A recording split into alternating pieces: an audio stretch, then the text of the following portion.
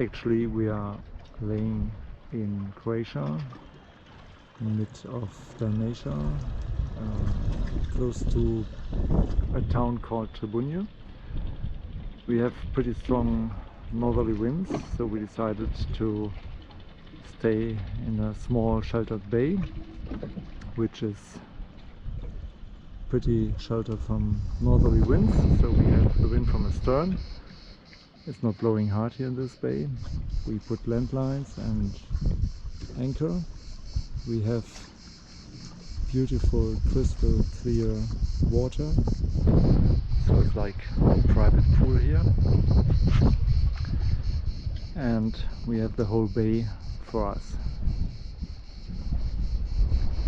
Due to the wind, the northerly wind, the temperature is about 20 degrees in the wind, so not that warm, but we have end of September, so it's pretty fair.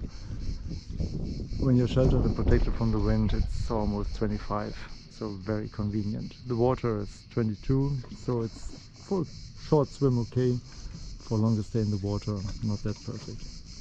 So we take our time in these calm days to care about our boat, and we always follow the idea of keep it clean and maintain it regularly. So today we decided to make our teak deck, to protect our teak deck. A lot of people swear on teak oil. We use a product called Nano Protect. It's a liquid like water more or less, and which will be applied to the teak and protects the teak from water and dirt getting into the teak. This area here has already been made and it's dried.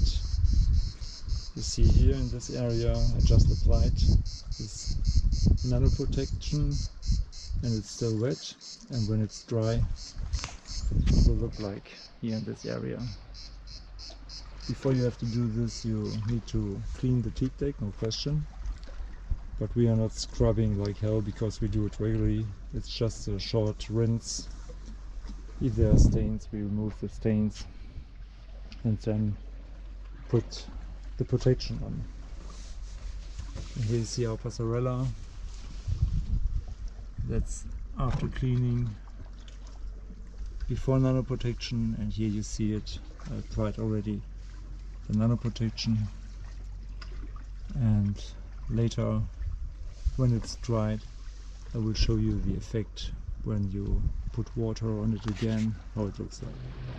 Now the protection of our teak is dry, and I can show you now the beading effect. As you can see here, the water is not getting into the teak. So this is a beading effect. I can show you also on another side, another area, like here.